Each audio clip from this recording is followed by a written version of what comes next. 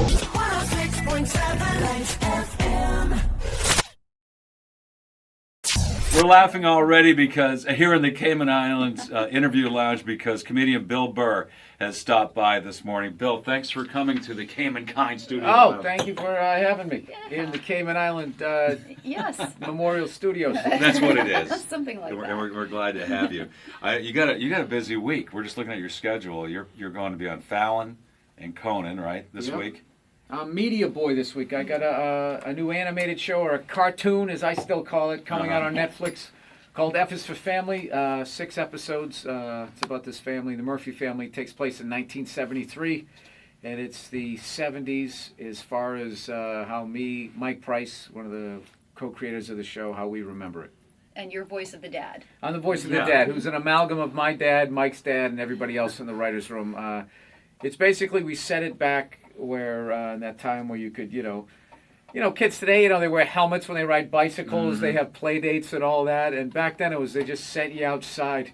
Like, get out of here. It was Go great. outside. Yeah, you could literally bring a gun to the airport back then. If you had You your literally briefcase, as long as you didn't wave it around, it was fine.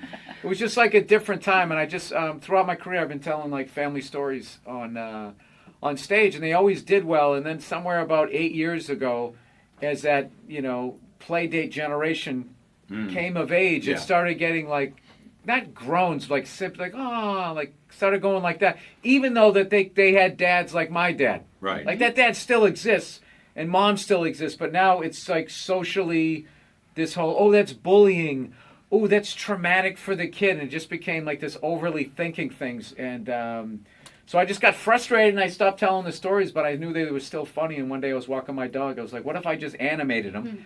And I just was going to do these little 5-minute vignettes on my website, like, Burr family goes to get a Christmas tree and then all the dysfunction. Of course, being a comedian, I procrastinated and I never did it.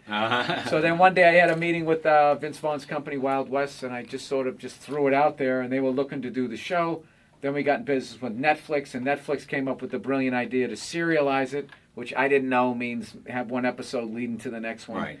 which really took the writing to another level. And then here we are, 4 years later. Yeah. No, I mean, we had a chance to watch it today. First of all, it's called F is for Family, but probably not for the family. It's an adult version. Well, it's not for adult kids. show. Right, not for kids. Yeah, but families will totally be able to relate to this. If you want to go and understand, yeah, yes. if you had any sort of family that I grew up in. Yeah. You know what I mean? Where Well, how close is it to your family? Like, how many kids did you grow up with?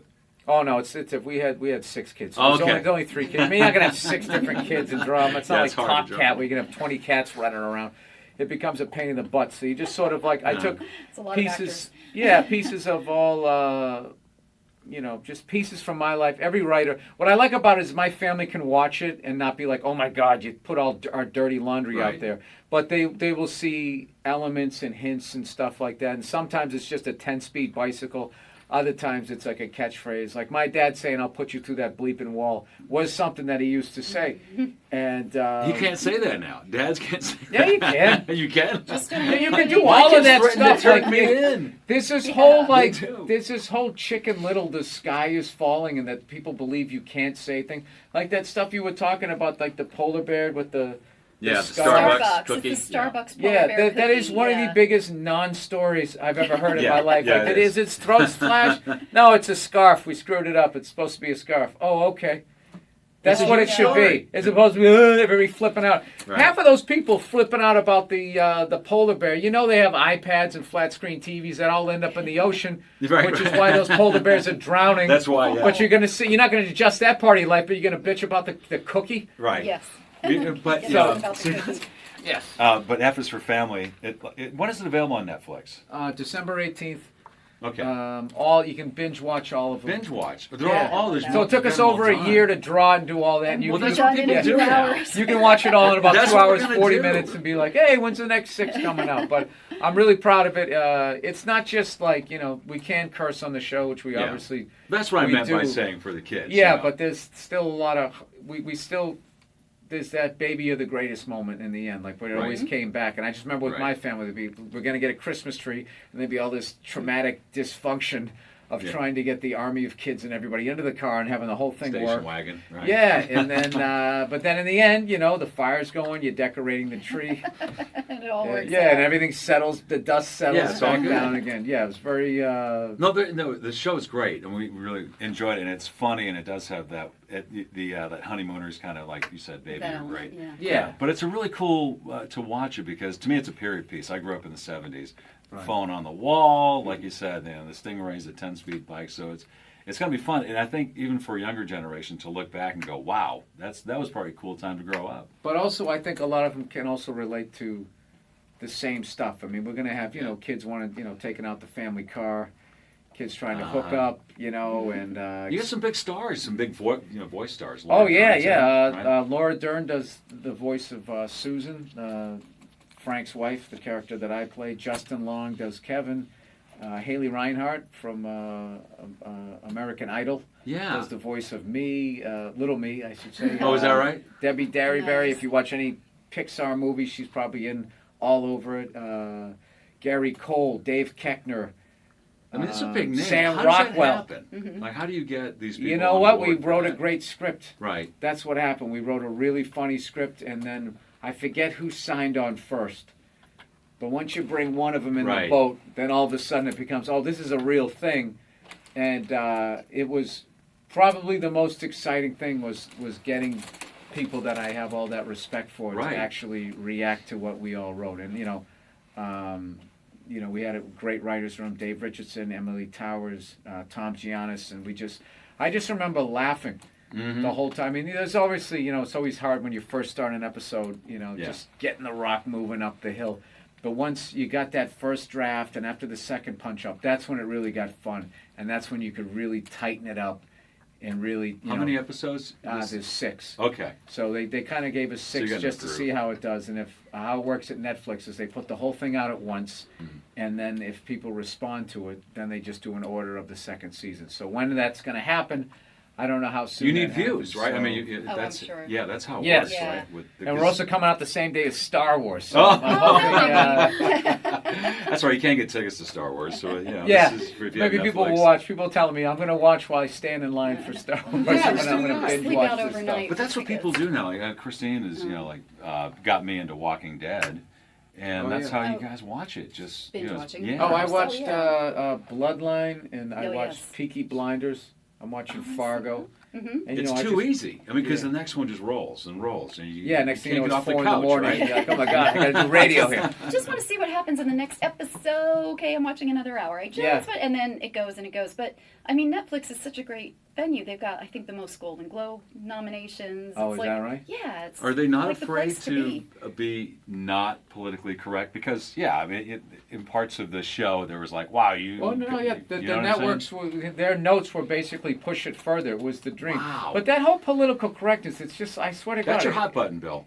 No, it's not. It isn't though. It's just like people are adults. They understand. Look, if animated characters can destroy all of your parenting in 6 episodes, you're like the worst parent ever. You're the worst parent. Yeah, or there's something wrong with your kid. He was just born with the Damien seed or, Yeah.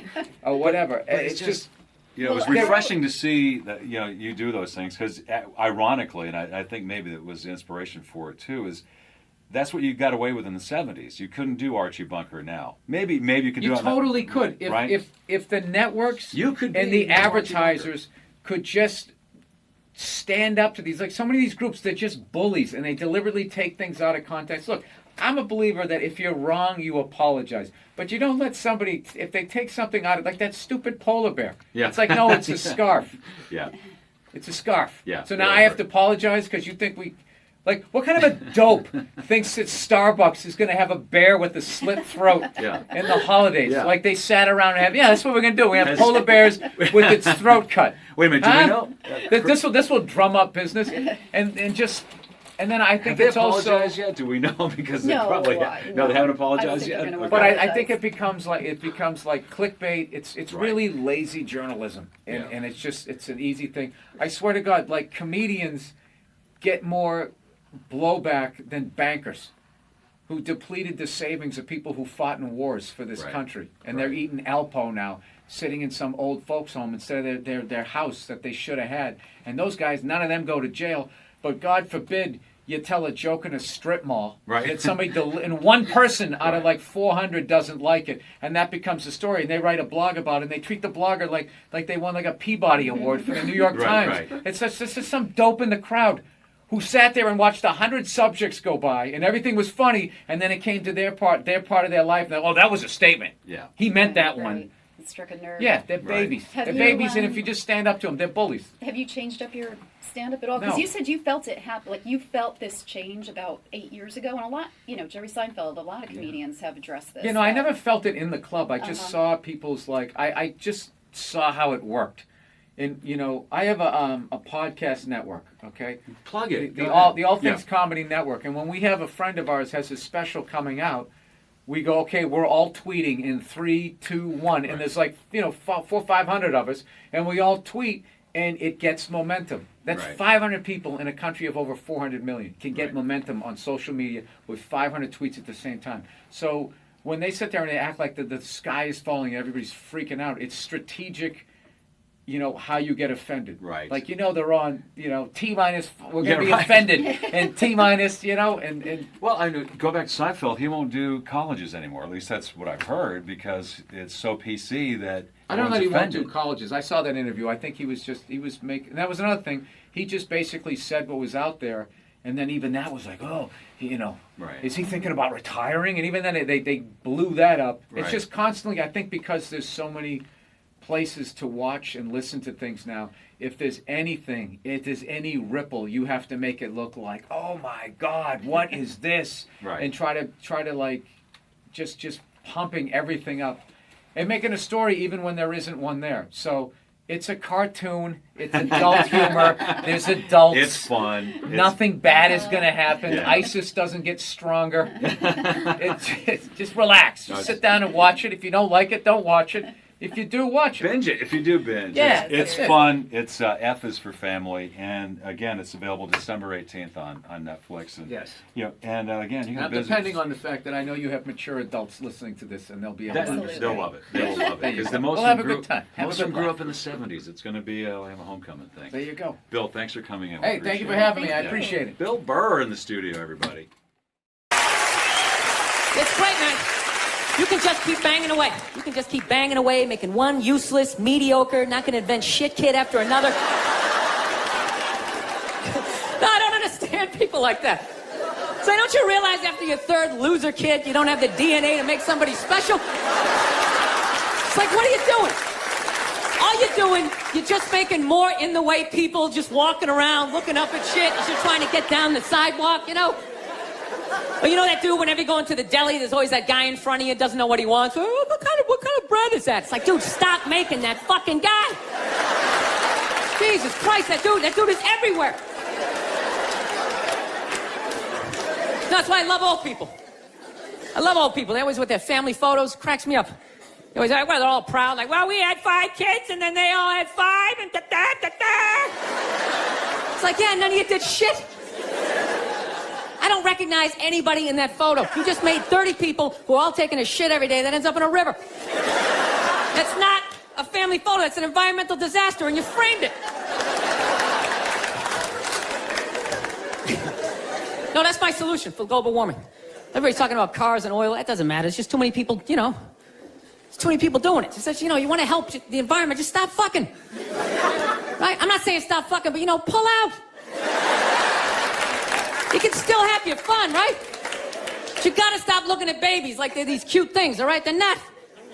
They are cute, but most of them are just gonna grow up, they're just gonna end up being another shithead in like an SUV that doesn't pull out far enough into the intersection, right? Now you gotta wait a whole nother light to make a left, and you're just sitting there losing your shit, screaming at your windshield with this dude who didn't need to exist. It's like there's no reason for that guy. We got that guy.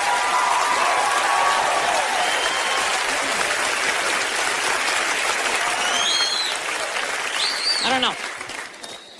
That's my plan. They should just make babies illegal for the next 25, 30 years, right? That'd be great. Think about it. Somebody's born, 3 people born every second to 1 person dying, right? So if you're not making anybody, it's like, bam, somebody just died, right? Somebody just fell down some stairs. Somebody just tripped over a skateboard, right? And you know what? Fucking lanes just opening up on the highway, right? You know, you get to work a little sooner. You're in a better mood. Dude, you get it down to like 30,000 people. 30,000 people will be the shit. Right? Super Bowl comes around, everybody can go. Right? Everybody can go. 22 you get to play. The odds of you making it in the NFL, it's ridiculous. Dude, even if you suck, you could block on punts. You'd be like the wedge breaker, or maybe be that guy holding the first down marker, like, yeah, I'm fucking doing something. You wouldn't have to recycle. Dude, if there was 30,000 people, man, everybody here, you could literally drive your own tank. You could drive a tank, you could throw toxic waste out the top. You could shoot a bald eagle right in the head. There's plenty of them. Plenty of them. Dude, they're shitting all over my tank. What the fuck am I supposed to do?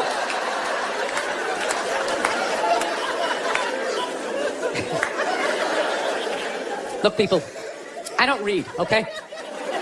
Seriously, none of my shit is researched, you know? But out of all the bullshit I'm talking up here, I think I'm onto something with this, you know? It's like I'm eliminating people, but like no one has to die. That's it, just stop making... Dude, we're gonna end up like China. They got like over 1 billion people, just jam-packed. Every day is like the subway. Everybody's just standing there, you can't even fall asleep. Like, oh, shit, sorry about that. Just jam-packed. You never think about that shit? Just standing there. We're gonna be sitting there.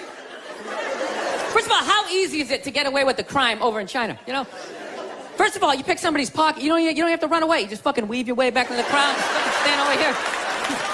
Guy's standing there like, dude, somebody just took my wallet. Dude, he's right over there.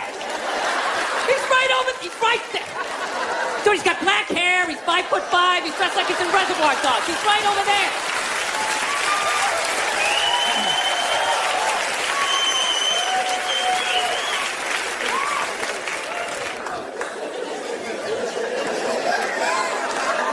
No, that's where we're going to be headed. How many more strip malls can you make? Places to get donuts and people to get their nails done. Everybody's all excited. This area is really exploding. It's really exploding. It's like, no, dude, people are fucking, and then they're just building more shit. I've never been to Radio City. Haven't done a lot of stuff, so it's great. And then also on Sunday, you know, just to be a small part of this huge thing. I can't believe they invited me. And then Friday night, I went to the Saturday Night Live 50 years of music, you know, all this wide variety of music and stuff that they've had over the years, and all these amazing performers, which of course I'm going to forget some people. I meant to look up all the fucking names so I wouldn't do this, but anyway, it was just an incredible night. Trying to think of trying to put this whole weekend together. All right, obviously, right out of the gate, the post-Nirvana, which was Post Malone fronting Nirvana with all surviving members, including Pat Smear. They absolutely fucking destroyed. And I forget just why I taste it makes me smile. I find it hard. It's hard to find whatever never find. And it was right in front of me. I was like 30 feet away from it. And you know what's funny is I played I've played along to Smelled Like Teen Spirit, and to actually just watch Dave Grohl play that fucking song, I was like embarrassed. I was like, oh my God. Like, I knew I sucked, but Jesus, look at that guy. And the thing about him is, if you watch his performance this weekend and you go back 30-something years to when he first played that song on SNL, his energy has not dropped off at all. He hasn't lost a fucking step. Remember that guy that played cornerback for the Redskins, Darryl Green? He played all the way into like his 40s, and he was still like the fastest guy in the NFL. It's like that. Still the same. He didn't look like all like, you know, a lot of those guys, when you play like that, after a while, you know, you get shoulder problems, you get carpal tunnel, your back's fucked up. Dude, that guy, I don't know if he went to the day spa or what, but he just, He looked the exact same. Fucking killing it. Fucking killing it. Post Malone sounded great.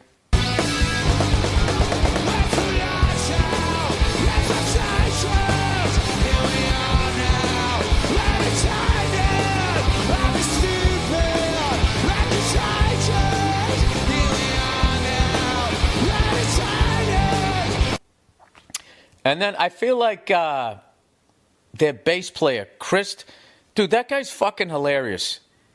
Like, I don't know. I can't figure out.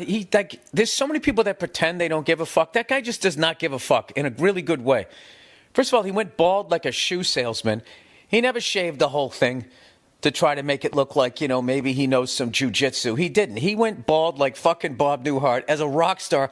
Doesn't give a fuck. Gets into politics, does all that. Comes back, smashes that show. Nonchalant. I guess I'll be a fucking rock star again. Fucking kills it. The song ends and he just hands his bass to someone in the crowd and walks off stage during the applause. Dude, Miles Davis would be like, God damn. Speaking of which, Miles Davis, kind of the first punk rocker. He used to turn his back to the fucking crowd and everybody's like, what the fuck? He's like, what do you mean, what the fuck? I'm listening to the band. All right? You don't matter, right? You sit here and like what I'm doing, I'm talking to these guys. Stop interrupting and you get to enjoy this conversation. That was his whole fucking vibe. As a black dude, I don't know if you noticed, he was a black dude his whole life. I don't know why I needed to make that point, but he was doing it in front of like those older white generations that expected you to be like, as a black performer to feel just, thrilled to death that you got to perform in front of a bunch of white people. He's like, no, fuck you. You should be thrilled. I'm the one doing the fucking show, you asshole. Reason number 9,776 to fucking love Miles Davis. Anyway, who else? Bonnie Raitt. She's just the real deal. She fucking killed. On my stage was the post-Nirvana thing, Mumford & Son. You can't tell me that lead singer of Mumford & Son and Tim Tebow are not related, okay? Not to start that shit again. What else? Devo was on that stage. Dude, Cher came out and fucking murdered it, wearing the same fucking outfit she wore way back in the day and still looking great. Unexpected. And she went on like second to last in front of Jack White, who had the, that's one of those things, like you don't headline that show, you just go on last, one of those things, and it's just a thankless fucking job that you have to go on after all of that incredible, like, people just crushing it. And, what was I going to say? And he went out and just fucking destroyed, did the Neil Young Rockin' in a Free World, and then played with that. Boom, boom, go, go, go, go, which is the first time I've ever seen him play it live, even though I've heard it 50 million times at every sporting event I went to. Bad Bunny I saw, who I loved, who for some reason I thought was a DJ. I had no idea. I'm fucking old. Miley Cyrus killed it. I can buy myself flowers, write my name in the sand, talk to myself for hours. The whole I know I'm forgetting people. The whole fucking the whole show. And then last night I went to the SNL 50 years celebration, and I got to sit in the crowd and I had no pressure, and I just got to watch all of these people that I was such a huge fan of. And as far as like my like sort of comedy undergrad and college degree, it started with Eddie Murphy and Joe Piscopo and all of those guys. It went into the Dennis Miller, John Lovitz, Phil Hartman, Kevin Nealon, all of those guys, Jan Hooks, all of them, into the Sandler one, with Chris, David Spade, Chris Farley, Chris Rock, and And then by then I was doing like stand-up. And, you know, so I missed a lot of the Will Ferrell stuff, but I would always just hear about it. And I would do my best, but I was just always working when they were on. So I got to see a lot of people that I couldn't, like I was watching Eddie Murphy doing a sketch. I couldn't believe it. Oh, by the way, Tracy Morgan singing Astronaut Jones was one of my favorite parts of the music one. Hit it. 1, 2, 3, 4. Rocket. I'm taking a rocket. I'm packing my suitcase. And then there was this woman that came out. Oh, God, I'm going to forget her name. I don't even know what style of music. She had the biggest fucking voice just filling up. I've been meaning to look up her name again and to download her shit. Whatever, I'm old. Anyway. So I went there last night, and it's literally like Paul Simon opens. And he was on the first episode ever. I sang this song with George Harrison on Saturday Night Live in 1976. I was not born then, and neither were my parents. It's Paul Simon. And then Steve Martin does the monologue. I know you guys probably saw this. Sandler, who just has a fucking heart of gold, sang this incredible song in the middle, got a standing ovation. I got to see Eddie Murphy do a sketch with Will Ferrell. Oh, God, I'm going to forget. Dude, Meryl Streep crushed. I had no idea she was that funny. She was fucking hilarious with Kate McKinnon. They were killing it. The whole thing. And then it ends in Lil Wayne killed with the Roots.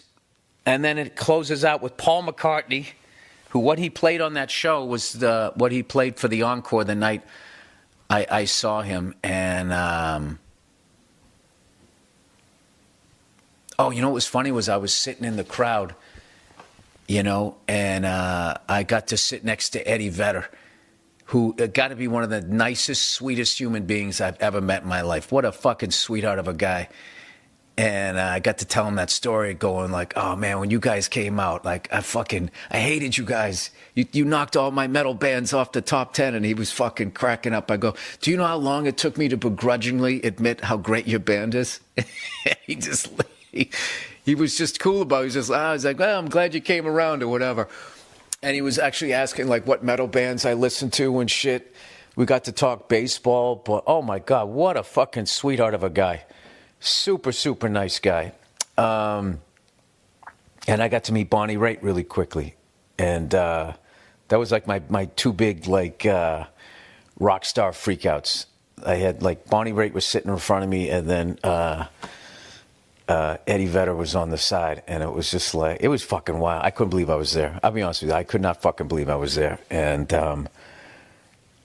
it went by in like 2 seconds. It really was like a perfect show. Robert De Niro came out and did a fucking sketch, and Debbie Downer. Yeah, I've forgotten more of the legendary shit than I can remember. It was a perfect night. Fucking Keith Richards was there. I stood up. I was like, oh my God. Fucking Keith Richards. It was, you had a Rolling Stone and a Beatle there. I mean, it was unbelievable. It was unfucking believable. There are so many famous hosts and musical guests here tonight that some huge names actually have to watch from Studio 8G next door, as well as from the Metropolitan Detention Center in Brooklyn. Oh, you went to the parties. Okay.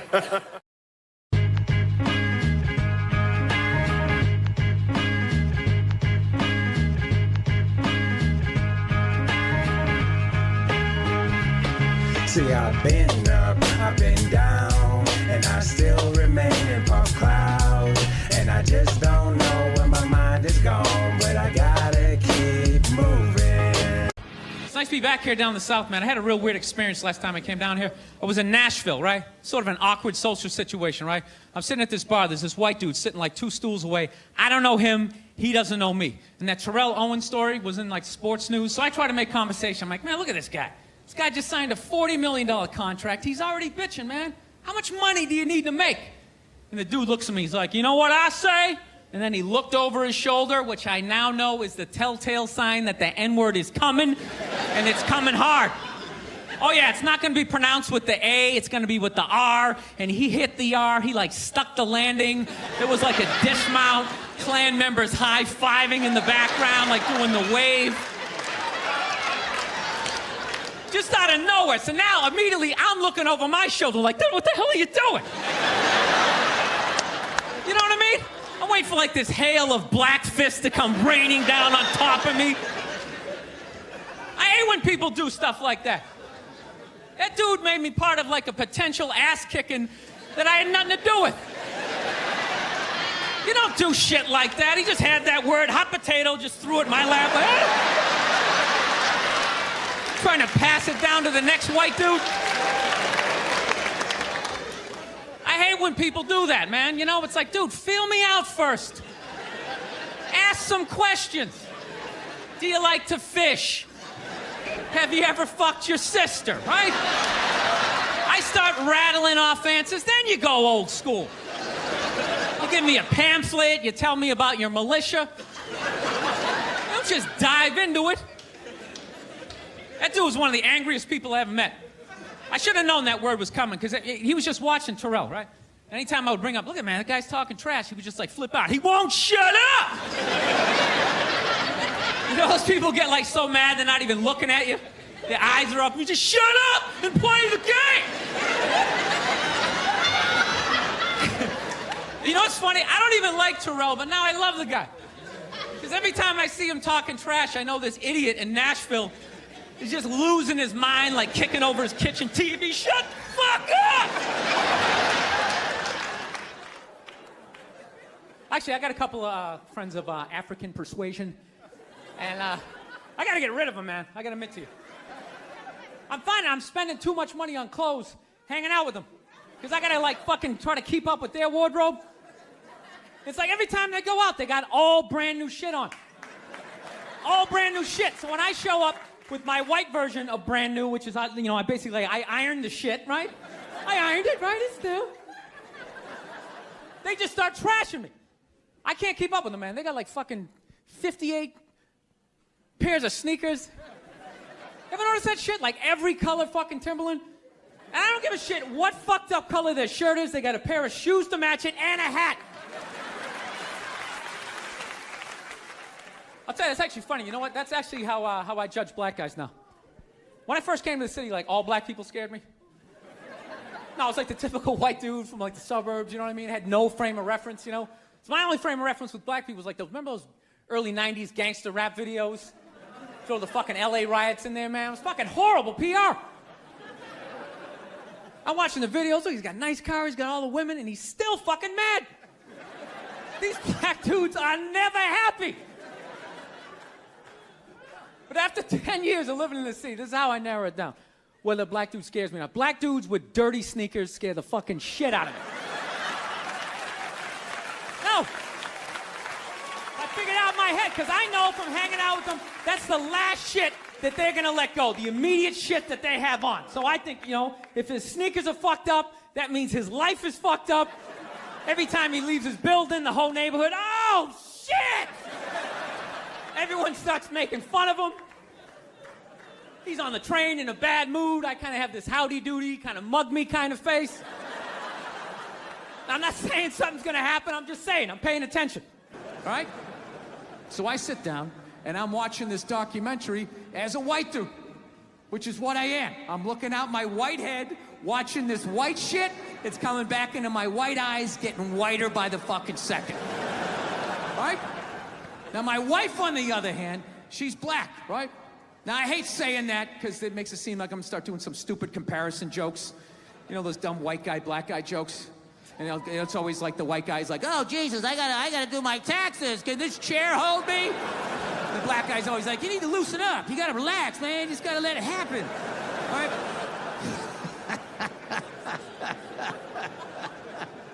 It's always the same stupid fucking joke. I hate those jokes, you know, because they're easy, and it's been my experience that it's just not true. You know, 15 years of being with her, there's really no difference, you know, because at the end of the day, it's a woman. All right? It's gonna be the same fights. I don't give a fuck who you're with. I'm not gonna lie to you. There might be more head movement and hand gestures with different races of women. Possibly an index finger jabbing at your forehead, whatever the fuck that is. But at the end of the day, it's the same fights. What's going on with us? You need to work on this. Why don't we communicate better, right? So she starts watching this shit as a black person, right?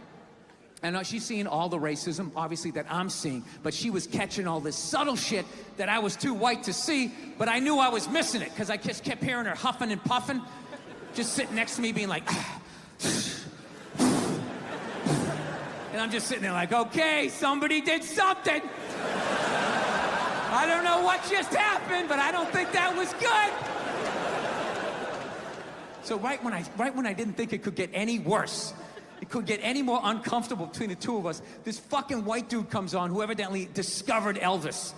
And he's like 190 years old, and he comes out and starts talking. He's just like, well, basically, I was looking for a white boy that could take the down and dirty, nasty blues and combine it with the pristine, angelic sounds of bluegrass. Yeah, that's what he was doing. He was subtly putting black shit down here while he was propping up the white shit. You know, the down and dirty, daddy not sticking around, drug-infested neighborhood blues with the Jesus as white as me, hair the color of the sun, angelic bluegrass playing music, right? So at this point, my wife has like fucking steam coming out of her ears. So I make a judgment call. I just fucking shut it off, right? And she looks at me, she's like, why did you shut that off? Why did you shut it off? I was like, because you're about 3 minutes away from yelling at me like I produced this music. All right? Let's just forget it. We'll watch something else. She's like, no, why can't we just watch the rest of this and then discuss it afterwards? It's like, I don't fucking do that. I just want to watch a documentary. I don't want to have a fucking lecture because of these fucking assholes. I didn't do anything. I'm just sitting here watching TV. And not to mention, we're just going to get into an argument. She's like, well, why would we get into an argument? I'm like, ugh. All right, you know why? Because not for nothing, there was some black people in there saying some shit that I didn't agree with, you know? I'm not huffing and puffing. Yeah, I said that. Like a fucking idiot. And she just looks at me, she's like what black people? Like what black people that said what? And at that point, it's like you started the luge, right? You can't get off the fucking sled. Now you gotta have the argument. I'm like, fuck, here we go. Guess we're having this. And I'm like, all right, the black guy who brought up leg shaking, saying Elvis took leg shaking from us. It's like, really? Leg shaking? No, nobody thought to fucking do this? Black people came up with that? You telling me that? I'll even give you that. Let's say you came up with that, but where did that black dude learn how to do it? Didn't he watch some older black guy do it? But what, because he's the same color? He's not stealing, he's just carrying on the tradition. But if Elvis does it, oh, what the fuck? Now he's the biggest thief ever? That doesn't make any sense to me. She goes, no, you idiot. It's not about the leg shaking, okay? It's about, he appropriated a culture. He took all the music, he got all the money, got all the fame. He's called the king of it now, and he never gave a shit, not even a shout out. And I was like, all right. You know, fair enough. You made about 7 or 8 good points there that I can't refute. He appropriated a culture. I get it. You're right. She goes, fine, thank you. And I go, however, not for nothing, do I get mad at you when you get on a skateboard, you start going down the fucking street? Do I get all offended like, hey man, that's some white shit. Stop appropriating my culture, man. Some dirty white kid in Santa Monica came up with that, man. So she starts laughing. And I should have stopped there, but I'm a comedian, right? I'm like, oh, I'm getting a laugh. There's got to be a bigger laugh, so keep going, Bill. Let's come with another example. So I'm like, yeah, do I get mad at you when you fly from LA to New York in under 6 hours? And she just, yeah. And she just stares at me. She's just like, that was fucked up. Paying attention. So I've been seeing this girl recently, this black girl, right? She lives up in Harlem, you know, gone out like 3-4 times, you know. First time we hung out, We hung out in like the Village area in New York, you know, which is sort of like a racially mixed area. So shit was cool, you know what I mean? Second time we hung out was more like Midtown, you know? Then the third time, she called me at like 3:30 in the morning, and she wanted me to come up to her apartment, right? So it's 3:30 in the morning, she lives in Harlem, I look how I look, so it's a fucking situation. Yeah, because you know the deal, right? Basically, a white dude feels comfortable up to about like 98th, 99th Street, you know what I'm saying? The second the streets start getting into like triple digits, like 100, 101st Street, start getting like a little asthma, like, ah, fuck, it's starting to get a little high up here. You feel that little tightness in your chest? Can you feel that? 106th Street, you're like leaning on shit, like, dude, where'd all the cabs go? How come there's no taxis up here? Dude, what's a bodega? I don't know what that is. Let's get the fuck out of here. So I'm praying to God she's gonna tell me to take the subway, get off at like 105th Street, 103rd, you know, which is like the first stop in Harlem where I can still look over my shoulder and see like all the white people like disappearing over the horizon, you know? But she goes, no, man, you want to get on the Uptown 2-3 train, you want to get off at 125th Street. I'm like, God, fuck, 125th Street. Jesus Christ, that's like right in the middle of everything. I'm going to be surrounded on all four sides. I can't fucking do this. So, at this point, I'm really trying to hide like the bitchy tone that's starting to creep into my voice, you know? And I'm trying to ask for really specific directions for when I get up there, because I want to know exactly where I'm going. So she starts naming the streets I have to go down, and every other street up there is named after like a black leader, you know? She's like, make a left on Adam Clayton, take a right on Frederick Douglass. I'm like, ah, fuck Adam Clayton. Yo, dude, go on the internet, look up Adam Clayton. Did he kill a bunch of white people during the slave revolt? Dude, I ain't going up there till I know what Adam Clayton did. Fuck this shit. So at this point, I'm really having a battle with myself. Because I'm thinking I can't do this, right? I'm like, I can't do this, but my dick's going, no, come on, man, we can do this, all right? Just relax. Pull yourself together and get on the goddamn train, right? So as always, I listen to my dick. Oh yeah, I get on the train. By the time I get up there, it's like 5 or 4 in the morning, right? I'm staying on like Malcolm X and like Danny Glover or some shit, right? I don't even know where the hell I'm at. But I see the street I want to go up. I want to go up St. Nick. I can literally see her apartment building, but there's like 5 or 6 black dudes standing right on the corner, right where I want to walk by. So I'm like, fuck! I felt like I was on like some reality show at that point, like some sort of like white guy survivor. It was ridiculous. So I'm thinking, I gotta walk right by these guys, right? You know what's funny? I think that they were actually more surprised to see me than I was scared, you know? And I was really, really scared, you know, but I'm also really, really white, you know? Like shockingly Caucasian. You know what I mean? Like if you're not ready for me, I can like surprise you. No, especially if you live up there. You've probably seen a white person for hours, possibly days. So when I show up, it's almost like magical. Like a leprechaun came out of nowhere, you know? Felt like I should have like a little pot of gold, like a rainbow behind me. Top of the morning to you like it. Kind of dance my way past them. But it's been going all right, you know? Once I get in her apartment, I'm fine, you know? I relax.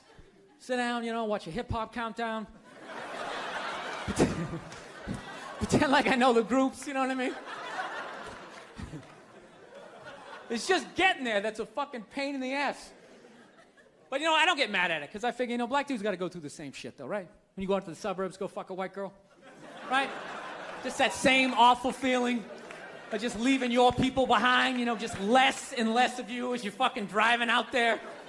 Probably start off lean and you're all fucking cool. 20 minutes in, you're driving like 10 and 2. The radio's off. Like, dude, I don't like this shit. I don't like this shit at all. There's too much grass. I don't see any rims. This is fucked up. None of the windows are tinted. I can clearly see white people in every car. This is fucked up. Listen, you guys were awesome. Thank you so much for coming out. God bless you. Thank you very much. And as luck would have it, I was in New York City in June, which I quickly found out was Gay Pride Month. The whole month. And let me tell you something, the gay guys show up strong. It is wall to wall. The fucking island is almost tipping over. There's so many of them. And I'm sitting there like going, oh my God, 30 days of this shit. I'm walking around with this orange Freddie Mercury fucking dick broom on my face. I am going to be getting harassed up and down the street. I was in actor shape, man. I was fucking shredded. I got to tell you something, man. When I tell you 30 days of June, not one gay guy even fucking looked at me. Forget about even hit on me. I have never felt so old and undesirable in my life. Dude, I'm gonna tell you something. It's this one thing as a man, when you get so old that women don't look at you anymore, like you know you're gonna hit that age. You know that day's coming, but nobody tells you at some point you're gonna get so old, not even a man wants to fuck you, right? Dude, that is a statement. When you get so old, some queen in his 60s is like, keep it moving. I can do better than that. Jesus Christ. Get some fucking hair plugs or something. Get a spray tan. I can get some in its 40s. Go on. Keep going. Dude, it was like, I was like having like this fucking panic attack. I was thinking like, oh my God, I waited too long to get married. I had kids too late. I'm going to die soon. I was like literally like wrapping up my life, you know? So I'm walking down like 9th Avenue, you know, putting a little swish in my fucking step, just trying to get something. I was desperate. Fuck you ladies, you've been there. You know how it is. You want to think you got one more in you, you know? So I'm tra-la-la down the street. I really wish that wasn't the truth. So I'm going down 9th Avenue, and all of a sudden I looked up, and about 2 blocks away, all of a sudden I see this lesbian coming up the block, okay? Now I know this is Boulder, Colorado, right? So you guys are all like, fucking, hey man, you know? Like, how did you like know she was a lesbian, man? Like, that's not cool. You just looked at her and you just knew she was a lesbian? You don't know her. How do you just know somebody's a lesbian? Easy. The same way you do. The same way other lesbians do. It's not calculus. No, but I get it. I understand in 2021, you're not allowed to say you know what a lesbian looks like, right? Judging by your silence, yes, right? Yeah, you're not allowed, right? Well, it's funny. If some white kid came in here, like 20 years old, hair slicked back, collar popped, loafers, no socks, you'd be looking at him thinking like, all right, frat boy, date rapist, his dad's a judge, he's not going to jail. Yeah, just killed 5 people in a drinking and driving accident, already has a new Dodge Challenger on the way, right? Yeah, you're allowed to see that. That you can see, clear as day. Lesbian, no, but that's how progressive you guys are, right? You don't have any idea, right? Like, let's play a game. I'll just name different people you see and see the slides that come into your head, right? Construction worker, sports fan, painter, skateboarder, lesbian. Right? It all goes blank. Is that a lesbian? Am I I mean, I have gay friends, but I've never noticed any sort of a through line. Listen, people, I'm not saying all lesbians look alike. I would never say some ignorant shit like that. However, I am saying, though, every once in a while, there's a fucking layup. Right? Flat top, wallet chain, fucking walking up the street. Right? But even then, I'm not saying 100%. But gun to my head, I gotta go lesbian. Gotta go lesbian. Final answer, show me lesbian. Right? So, anyway, she's fucking walking up the street. I'm coming down, right? And it's clear to me that if we keep walking the way we're walking, we're gonna bump into each other. Now, I don't want to bump into a woman. I don't want to bump into anybody in New York. So I do the gentlemanly thing. I clock what's going on. So what I do is I just gradually shift over into my own lane. Now everything's fine, right? But then the weirdest thing happened. We walk like another 30 yards, and all of a sudden, she drifts back into my lane again. And I'm sitting there walking like, wow, it's kind of crazy.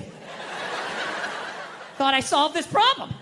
All right, so I fucking dip into another lane again, right? Okay, I'm walking. We go another 30 yards. She comes back into my lane again. So now, like, I'm up against the curb.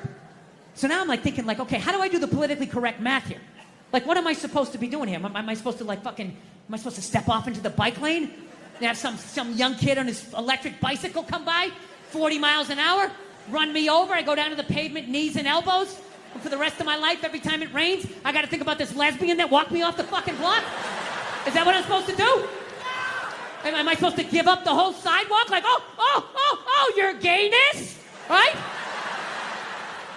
Or do I stiffen up my shoulder and protect my lane? Right? Now, I'm not proud of this, but I chose the latter. All right? I was like, look, I'm 53. I moved twice. I have an AARP card. I'm the fucking victim here.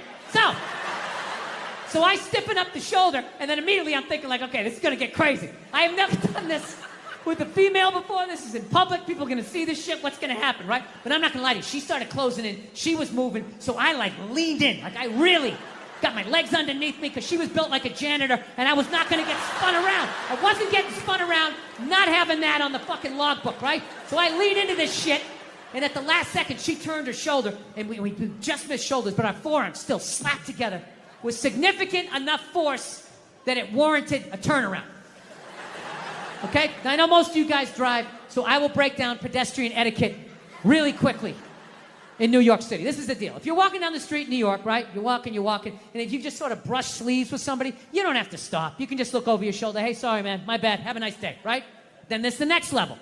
Moves up a little bit. You're walking down the street, you actually bump into somebody, you actually have to turn around. Sorry, didn't see you. Little dojo bow. My bad. Whatever you have to do, my sensei, to keep it from escalating. And then there's the last one. You're just walking down the street, and you hit so fucking hard, you got to turn around and go like old school Dustin.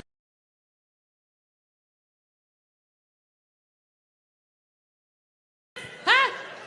So I turn around to have this confrontation.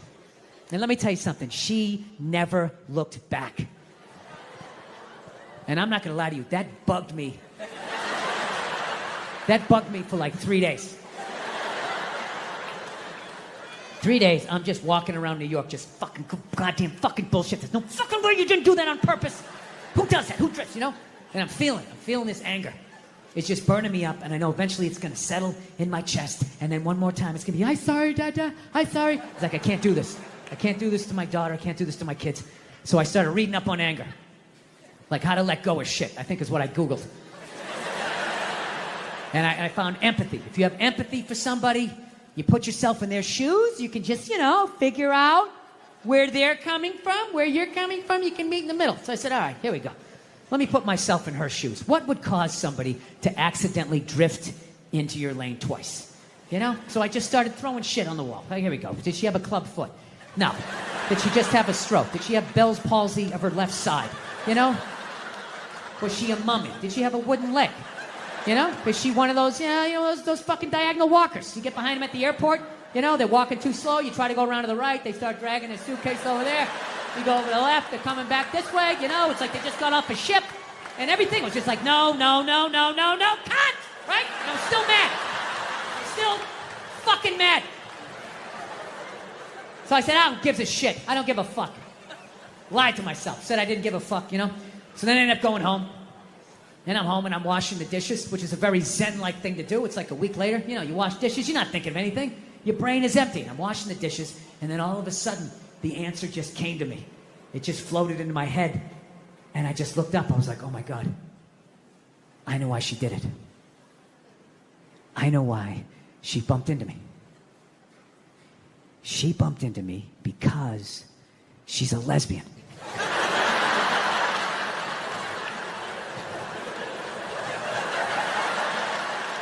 I mean, it was right there. I was like looking 9 miles down the street, looking under shrubs. It was right in front of my face. She did it because she's a lesbian. All right, so judging by most of your silence, I will do this math for you. Come on. Let's have a little empathy here. Put yourself in a lesbian's shoes. All right? Who do lesbians date? Women. Who do they move in with? Women. Who do they get in relationships with? Women. Who do they eventually marry? Women. And I was thinking like, oh my God, I did that. I know what the fuck that's like. I know what it's like to live with one of those fucking things. I know exactly what that's. It's hopeless. Trying to make them happy. Hey, I bought you the shiny thing. Did I do it right? Huh? Trying to get them to take responsibility for their actions. Not gonna happen. The best you're gonna get is I'm sorry, but. When I was wearing the whole fireman getup and they put the fake dirt on my face, I looked like I had been fighting fires for 20 years, right? However, the second I took off the costume and they cleaned off my face and I put on my regular clothes, I immediately just looked like some sad old queen that never found love, right? And as luck would have it, I was in New York City in June, which I quickly found out was Gay Pride Month. The whole month. And let me tell you something, the gay guys show up strong. It is wall to wall. The fucking island is almost tipping over. There's so many of them. And I'm sitting there like going, oh my God, 30 days of this shit? I'm walking around with this orange Freddie Mercury fucking dick broom on my face. I'm gonna be getting harassed up and down the street. I was in actor shape, man. I was fucking shredded. I gotta tell you something, man. When I tell you 30 days of June, not one gay guy even fucking looked at me. Forget about even hit on me. I have never felt so old and undesirable in my life. Dude, I'm gonna tell you something. It's this one thing as a man, when you get so old that women don't look at you anymore, like you know you're gonna hit that age. You know that day's coming, but nobody tells you at some point you're gonna get so old, not even a man wants to fuck you, right? Dude, that is a statement. When you get so old, some queen in his 60s is like, keep it moving. I can do better than that. Jesus Christ. Get some fucking hair plugs or something. Get a spray tan. I can get some in its 40s. Come on, keep going. Dude, it was like, I was like having like this fucking panic attack. I was thinking like, oh my God, I waited too long to get married. I had kids too late. I'm going to die soon. I was like literally like wrapping up my life, you know? So I'm walking down like 9th Avenue, you know, putting a little swish in my fucking step, just trying to get something. I was desperate. Fuck you, ladies. You've been there. You know how it is. You want to think you got one more in you, you know? So I'm tra-la-la down the street. I really wish that wasn't the truth. So I'm going down 9th Avenue, and all of a sudden I looked up, and about 2 blocks away, all of a sudden I see this lesbian coming up the block, okay? Now I know this is Boulder, Colorado, right? So you guys are all like, fucking, hey man, you know? Like, how did you, like, know she was a lesbian, man? Like, that's not cool. You just looked at her, you just knew she was a lesbian? You don't know her. How do you just know somebody's a lesbian? Easy. The same way you do. The same way other lesbians do. It's not calculus. No, but I get it. I understand in 2021, you're not allowed to say you know what a lesbian looks like, right? Judging by your silence, yes, right?